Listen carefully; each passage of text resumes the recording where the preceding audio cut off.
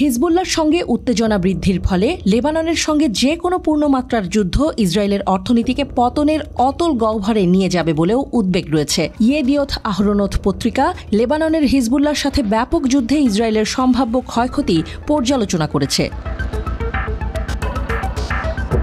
Economic shutdown শিরোনামের একটি নিবন্ধে ইসরায়েলি পত্রিকাটি ইসরায়েলের পুঁজি বাজারে উত্তর অধিকৃত ফিলিস্তিনের সর্বাত্মক যুদ্ধের বিভিন্ন মাত্রা ও ফলাফল পর্যালোচনা করেছে।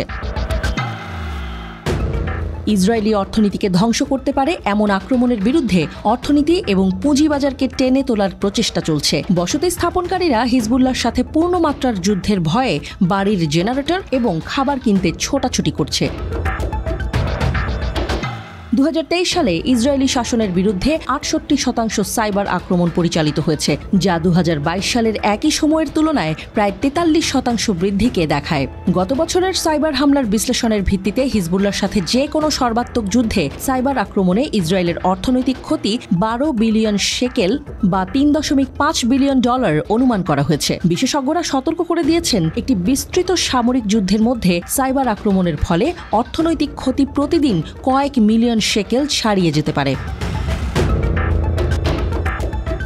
9 মাসের রক্তক্ষয়ী যুদ্ধে ইসরায়েলের অর্থনীতিতে এরই মধ্যে নেমে এসেছে মারাত্মক বিপর্যয়। দেশটির বিভিন্ন খাতের ইতোমধ্যেই 40,000-এরও বেশি কোম্পানি বন্ধ হয়ে গেছে। চলতি বছরের শেষ নাগাদ এই সংখ্যা 60,000-এ পৌঁছাতে পারে বলে মনে করা হচ্ছে। ইসরায়েলি ব্যবসায়িক তথ্য সংস্থা কোফেস বিডিআই এর প্রধান নির্বাহী ইয়োয়েল আমির এই তথ্য জানিয়েছেন।